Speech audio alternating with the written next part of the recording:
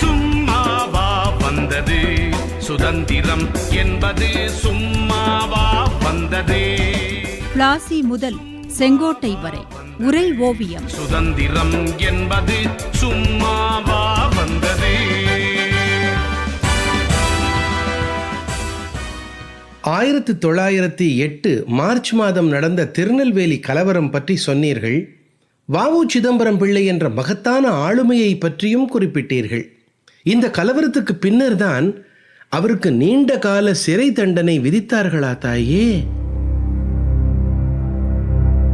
ஆம் மகனே, இந்த கலவரத்தின் காரணமும் பொது சொத்துக்களுக்கு விளைந்த சேதத்தின் காரணமும் வ.உ.சிதான் என்று அவர்கள் குற்றம் சாட்டினார்கள்.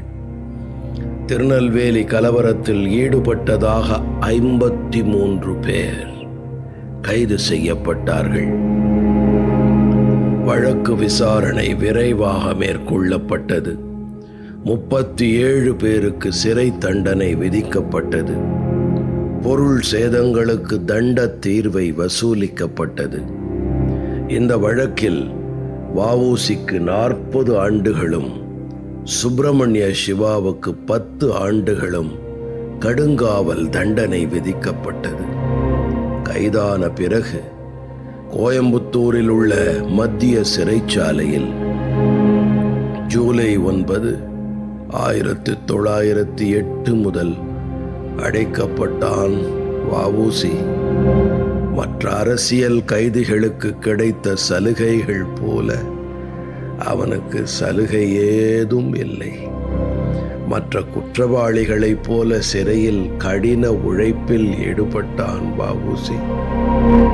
மாட்டுக்கு பதிலாக வ.உ.சியை செக்கு இழுக்கச் செய்து சித்திரவதை செய்தார்கள்.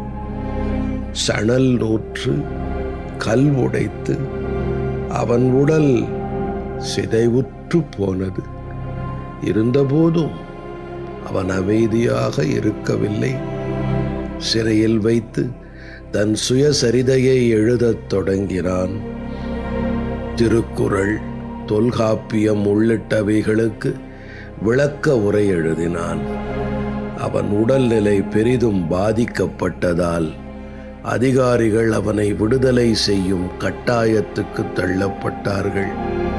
இதனால் 1912 டிசம்பர் 12ஆம் தேதி அவனை சிறையிலிருந்து விடுவித்தார்கள். ஆனால் அவன் ஆசையாய் நிறுவிய சுதேசி ஸ்டீம் நேவிகேஷன் நிறுவனம் 1911 ஒழிக்கப்பட்டதால் அவன் ஏழ்மை நிலையை அடைந்தான். வழக்குரைஞர் தொழிலை மேற்கொண்டிருந்த அவனது பாரிஸ்டர் பட்டமும் அவனிடமிருந்து பறிக்கப்பட்டது.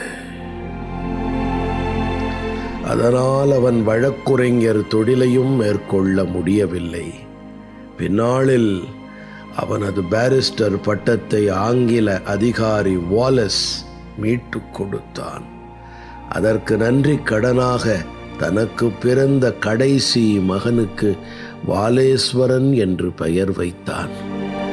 விடுதலையாகி வந்த பின் பஞ்சம் பிழைக்கும் விதமாய் மதராஸில் குடியேறினான். மண்ணெண்ணெய் கடை வைத்து தெரு தெருவாய் சுற்றினான்.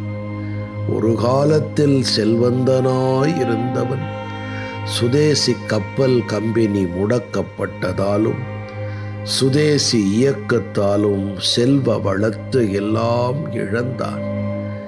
இருந்தபோதும் மதராஸிலே தொழிற்சங்கங்கள் சிலவற்றிலும் தொழிலாளர் நல அமைப்புகள் சிலவற்றிலும் தலைவனாக இருந்து வழிகாட்டினான். இறுதி வரை தன் மண்ணின் வாசனைக்கேற்ப தீவிர சைவ சமயத்தவனாகவே வாழ்ந்தான். மகாகவி பாரதியின் என்று தணியும் எங்கள் சுதந்திர தாகம், என்று மடியும் எங்கள் அடிமையின் மோகம் என்ற வரிகளை கேட்டுக்கொண்டே கண்ணீர் கசிய தன் சொந்த மண் தூத்துக்குடியிலே 1936 நவம்பர் 18 அன்று தனது இன்னுயிரை துறந்தார். அவன் இறக்கும் முன் எழுதி வைத்த உயிலை படிக்கும் ஒவ்வொருவருக்கும் இன்றும் கூட கண்களில் நீர் கசியும். பாலகங்காதர திலகரை தென்னாட்டில் பிரதிபலித்து தென்னாட்டு திலகர் எனும் பெயர் பெற்றவன். தீவிர தேசியவாதத்தை தென்னகத்திலே கிளர்ந்தெழச் செய்தவன். கப்பலோட்டிய தமிழன் என்னும் செல்வப் பெரும் பேர் பெற்றவன். செக்கிழுத்த செம்மல் என்னும் தியாகத்திருப்பேர் தாங்கியவன். அவனுக்காகத்தானே, அதுவும் அவனுக்கு ஆஷ் எனும் கொடுங்கோலன் செய்த தீங்குகளுக்கு பழிவாங்கத்தானே வாஞ்சிநாதன் எனும் வீர இளைஞனும் 1911 துப்பாக்கியை தூக்கினான்.